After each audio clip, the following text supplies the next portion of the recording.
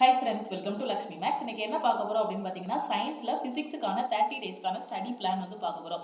நீங்கள் வந்து ALP exam எழுத போனாலும் சரி, டெக்னீஷியன் எழுத போனாலும் சரி, இல்லை குரூப் டி எக்ஸாம் எழுத போனாலும் சரி, சயின்ஸுக்கு வந்து வெயிட்டேஜ் வந்து அதிகம். இதில் வந்து நிறைய கொஷின்ஸ் வந்து கேட்குறாங்க. அதுலேயும் பார்த்தீங்க அப்படின்னா ஃபிசிக்ஸில் தான் 70% கொஷின்ஸ் வந்து கேட்பாங்க. சயின்ஸை பொறுத்த வரைக்கும் நீங்கள் குரூப் டி போனாலும் சரி, ஏஎல்பி போனாலும் சரி, டெக்னீஷியன் போனாலும் சரி, அதிகமான கொஷின்ஸ் இருக்கிறது ஃபிசிக்ஸ், அதுக்கப்புறம் கெமிஸ்ட்ரி, அப்புறம் பயாலஜி, இந்த ஆர்டரில் தான் கேட்பாங்க. ஓகே, ஸோ அந்த ஃபிசிக்ஸுக்கான 30 டேஸ்க்கான ஸ்டடி பிளான் தான் நம்ம பார்க்க போகிறோம். ஸோ நம்ம ஆப்பில் இருக்கக்கூடிய ஃபிசிக்ஸ் கிளாஸஸ் எல்லாமே எப்படி இருக்கும் அப்படின்னு பார்த்தீங்கன்னா, உங்களுக்கு டீடைல்டு கிளாஸஸும் இருக்கும். ப்ளஸ் ஒய்சிடி புக்கில் இருக்கக்கூடிய ஒன்லைனர் எல்லாமே தமிழ்லையும் இங்கிலீஷ்லையும் எக்ஸ்பிளைன் பண்ணியிருப்போம். ஸோ சயின்ஸுக்கு இதை மட்டும் நீங்கள் படித்தாலே போதுமானது. ஓகே, இந்த 30 டேஸில் பார்த்தீங்கன்னா ஃபிசிக்ஸில் இருக்கக்கூடிய எல்லா டாபிக்ஸும், இந்த டாபிக்ஸ் எல்லாமே தமிழ்லையும் இருக்கும், நம்ம ஆப்பில் இங்கிலீஷில் இருக்கும். ஸோ இதை மட்டும் முடிச்சிட்டிங்கனாலே போதும், சயின்ஸை வந்து ஃபிசிக்ஸை ஈஸியாக முடிச்சிடலாம். ஸோ அதுக்கப்புறம் கெமிஸ்ட்ரிக்கான பிளானை வந்து உங்களுக்கு அப்லோட் பண்ணிடுவோம். ஸோ நீங்கள் கெமிஸ்ட்ரி ஃபாலோ பண்ணிக்கலாம். ஸோ இந்த இதில் ஃபிசிக்ஸை மட்டும்தான் இந்த 30 டேஸில் முடிக்க முடியுமா அப்படின்னு கேட்டிங்கன்னா இல்லை. நீங்கள் சைடில் மேக்ஸ் ரீசனிங் ப்ரிப்பேர் பண்ணிவிட்டு ஒரு நாளைக்கு ஒரு 2 ஹவர்ஸோ இல்லை 1.5 ஹவரோ நீங்கள் ஸ்பெண்ட் பண்ணீங்க அப்படின்னா சைடில் அப்படியே சயின்ஸையும் முடிச்சுட்டு வந்துடலாம். ஓகே, ஸோ டே 1ல் என்ன பண்ண போறீங்கன்னா யூனிட் அண்ட் மெஷர்மெண்ட் டாபிக், இதில் ஒரு 6 வீடியோஸ் இருக்கும். ஸோ இது எல்லாமே பார்த்துட்டு எங்கே ரெஃபர் பண்ணணும் அப்படின்னு பார்த்தீங்க அப்படின்னா, இங்கிலீஷ் மீடியம் ஸ்டூடெண்ட்டாக இருந்தீங்கன்னா நீங்கள் ஒய்சிடி புக் வச்சுருந்தீங்கன்னா ஒய்சிடி புக்கை ரெஃபர் பண்ணிக்கோங்க. அப்படி இல்லை தமிழ் மீடியமுக்குன்னு பார்த்தீங்கன்னா நம்ம ஆப்லேயே பிடிஎஃப் கொடுத்துருப்போம், அதுலேயே நீங்கள் ரெஃபர் பண்ணிக்கலாம். டே 2ல் என்ன டாபிக் பார்க்க போறீங்கன்னா ஒர்க்கில் ஒரு 8 வீடியோஸ் இருக்கும். அந்த வீடியோஸ் ஃபுல்லாகவே பார்க்க போறீங்க. உங்களுக்கு டீடைல்டாக இருக்கும், டீடைல்டு வீடியோவும் இருக்கும், ஒன்லைனர் வீடியோவும் இருக்கும், எக்ஸாம் பாயிண்ட் ஆஃப் வியூலையும் கொஸ்டின்ஸ் வந்து டிஸ்கஸ் பண்ணியிருப்போம். ஸோ சயின்ஸில் ஃபுல் மார்க் எடுக்கிறதுக்கு இது மட்டுமே போதுமானது. இந்த 8 வீடியோஸ் பார்க்க போறீங்க. திருப்பி ஒய்சிடி புக்கு இல்லை அந்த கொடுத்துருக்கக்கூடிய பிடிஎஃப் ரிவைஸ் பண்ண போறீங்க.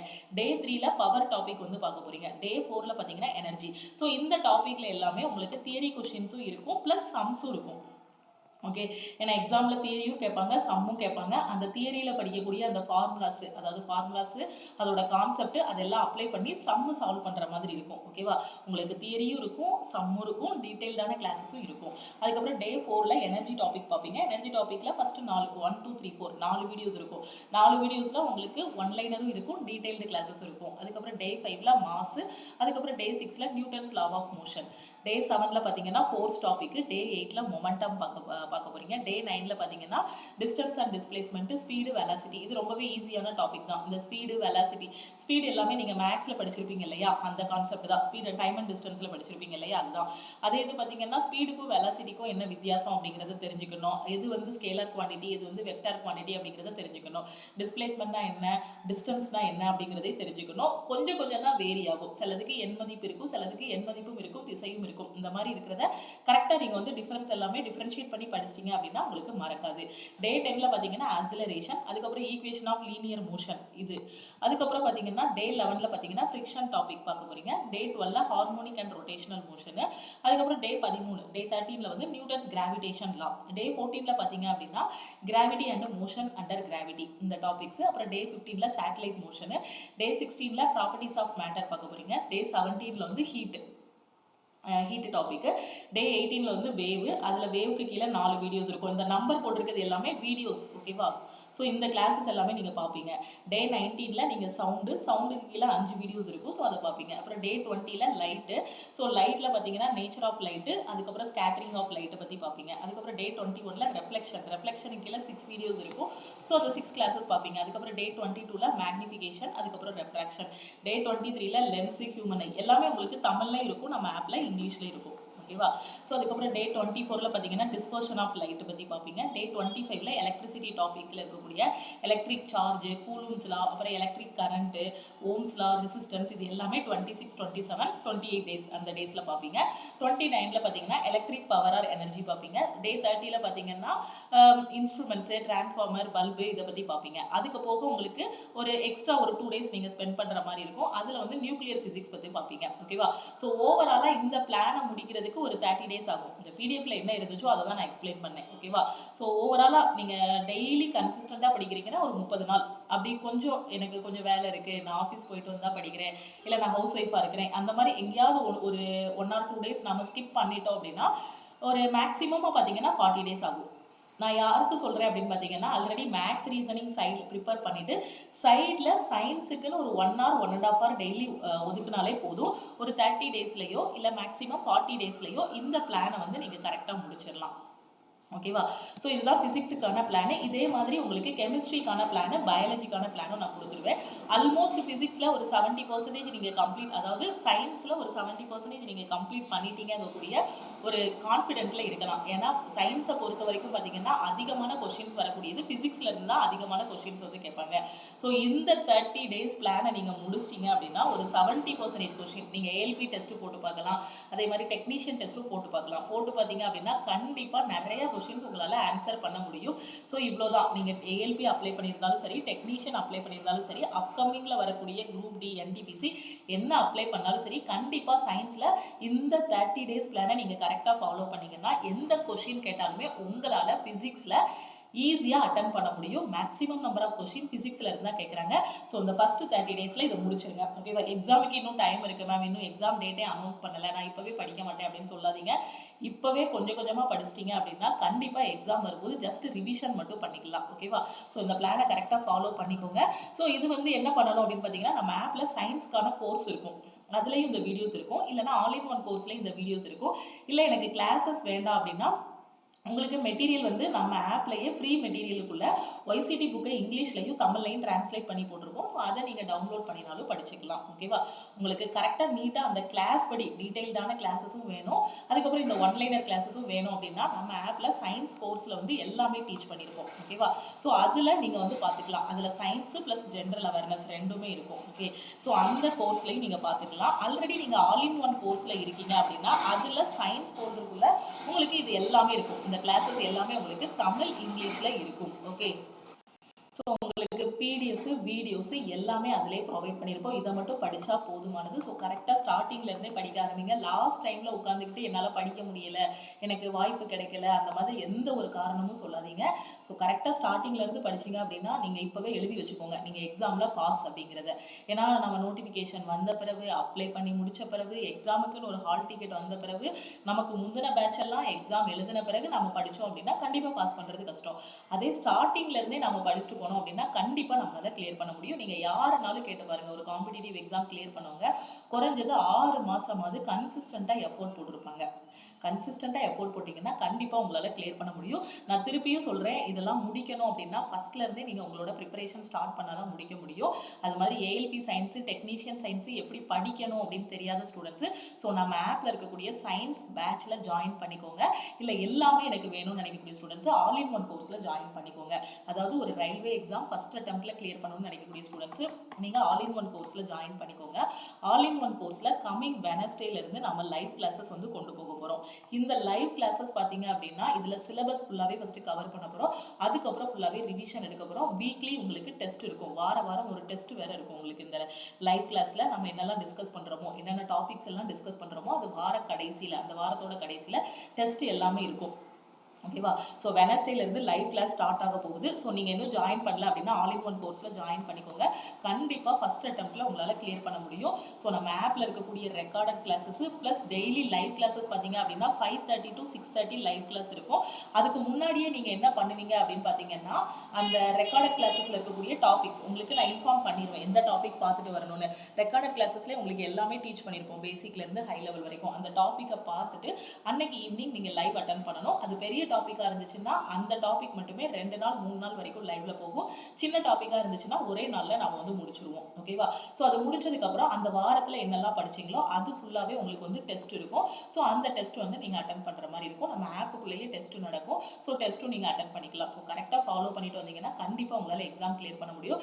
எல்லாமே உங்களுக்கு வாட்ஸ்அப் குரூப்பில் இன்ஃபர்மேஷன் எல்லாமே கொடுத்துருவோம். ஸோ ஜாயின் பண்ணக்கூடிய ஸ்டூடெண்ட்ஸ் ஆல் இன் ஒன் கோர்ஸில் ஜாயின் பண்ணிக்கோங்க. ஸோ ஆல் இன் ஒன் கோர்ஸோட ப்ரைஸ் பார்த்தீங்கன்னா 1499.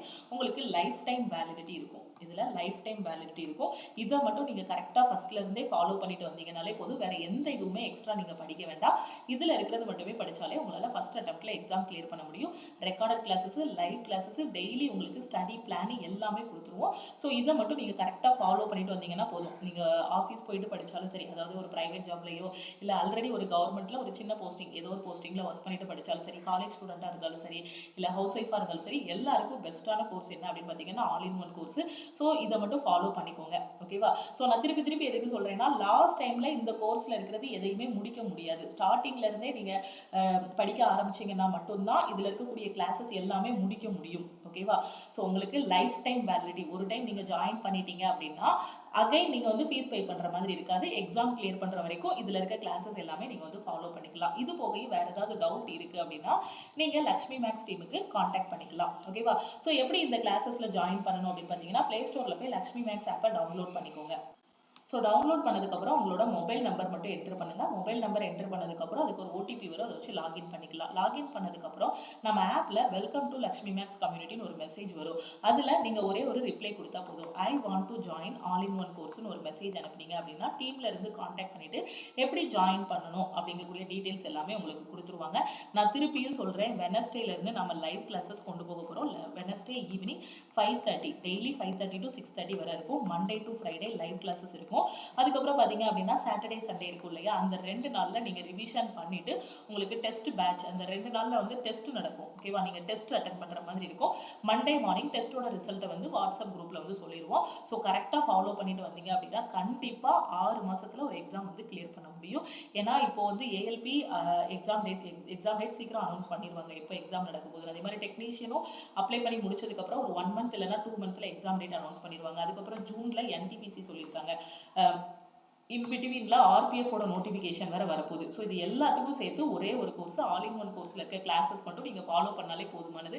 ஏன்னா அடுத்தடுத்து எக்ஸாம்ஸ் எல்லாம் வரப்போகுது. ஸோ நீங்கள் தான் கரெக்டாக உட்காந்து படிக்கணும். ஓகேவா?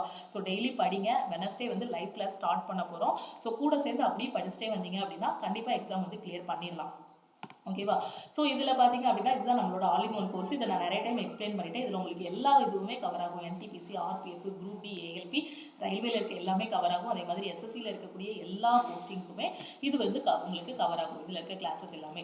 ஸோ இது வந்து சயின்ஸ் கிளாஸ். இப்போ நான் உங்களுக்கு சொன்ன டாபிக்ஸ் எல்லாமே நம்ம சயின்ஸ் பேட்ச்லேயும் இருக்கும், ஆல் இன் ஒன் கோர்ஸ்லேயும் இருக்கும்.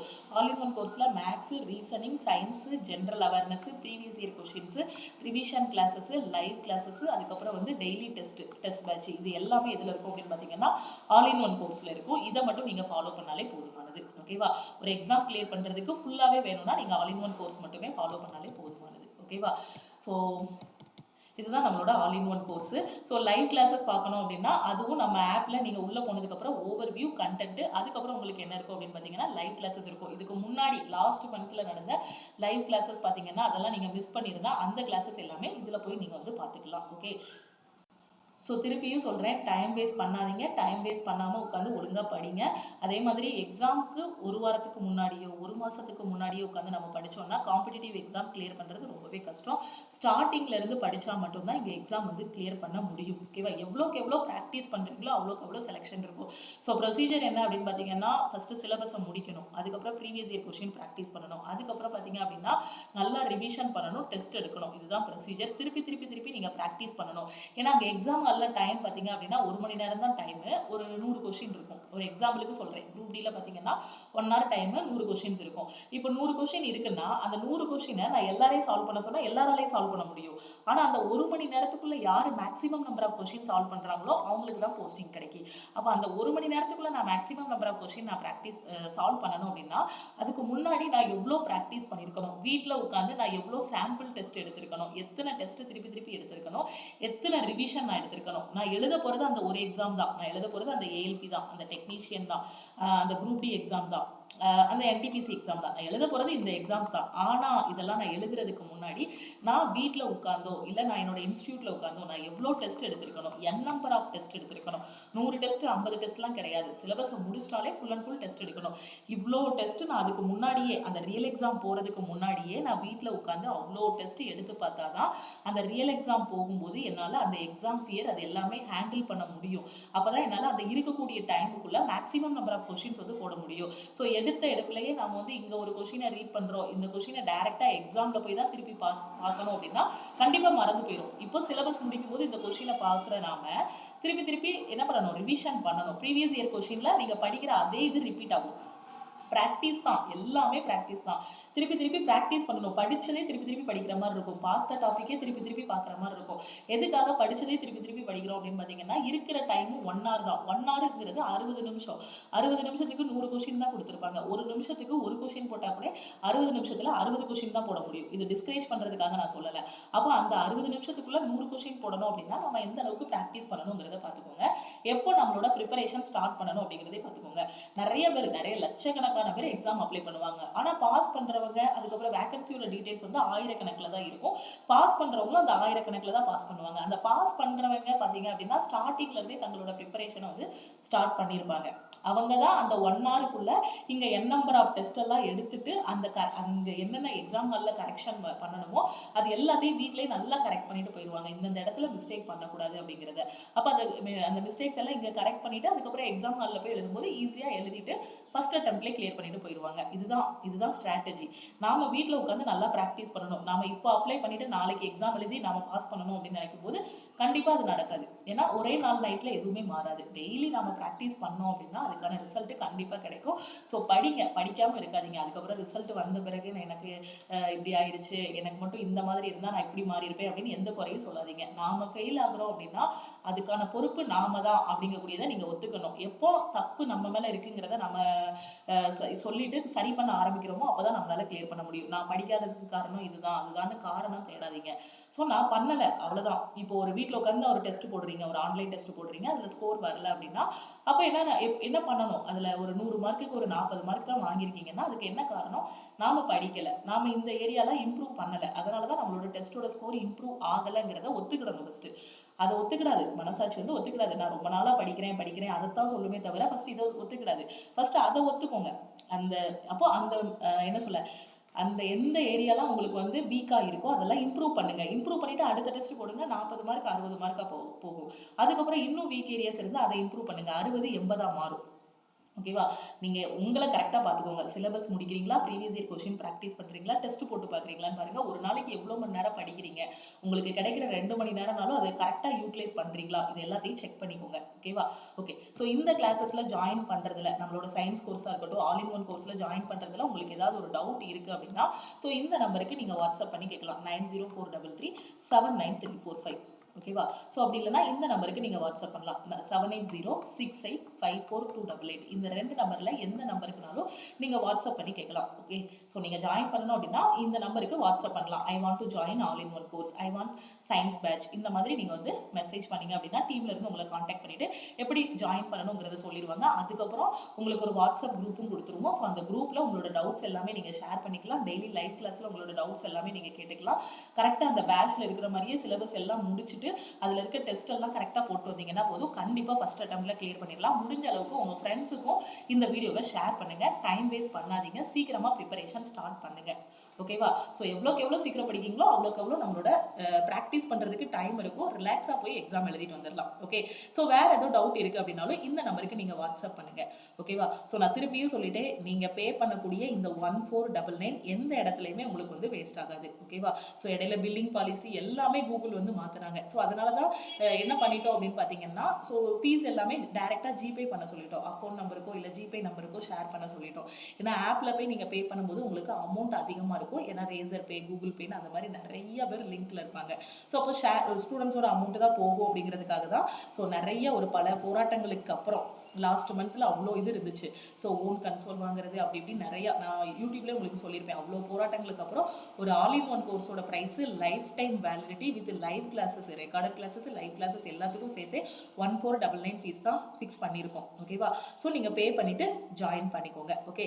ஸோ நீங்கள் டீமுக்கு காண்டாக்ட் பண்ணிங்கன்னா உங்களுக்கு அக்கௌண்ட் நம்பர், ஜிபே நம்பர் கொடுப்பாங்க. ஸோ நீங்கள் டேரெக்டாக பே பண்ணிவிட்டு ஸ்க்ரீன்ஷாட் அனுப்புனீங்க அப்படின்னா நீங்கள் பே பண்ண ஒரு 4 ஹவர்ஸ்லையோ இல்லை ஒரு மேக்ஸிமம் போனால் அடுத்த நாளே உங்களுக்கு வந்து அக்சஸ் வந்துடும். மினிமம் 4 ஹவர்ஸ் ஆகும். மேக்ஸிமம் ஏதாவது டெக்னிக்கல் இஷ்யூ இருக்குது, கொஞ்சம் பேக்கெண்டில் கொஞ்சம் வேலை அதிகமாக இருக்குது அப்படின்னா இன்றைக்கி பே பண்ணிங்கன்னா ஒரு 24 hours, maximum 24 hours, minimum 4 hours, maximum 24 ஹவர்ஸுக்குள்ளே உங்களுக்கு கோர்ஸோட ஆக்சஸ் எல்லாமே கிடைச்சிடும். அதுக்கப்புறம் நீங்கள் ப்ரிப்பரேஷனை ஸ்டார்ட் பண்ணிடலாம். ஓகே. ஸோ வேறு எதுவும் டவுட் இருக்குது அப்படின்னா மறக்காமல் இந்த நம்பருக்கு வாட்ஸ்அப் பண்ணுங்கள். திருப்பியும் நம்ம அடுத்த கிளாஸில் மீட் பண்ணலாம். தேங்க்யூ.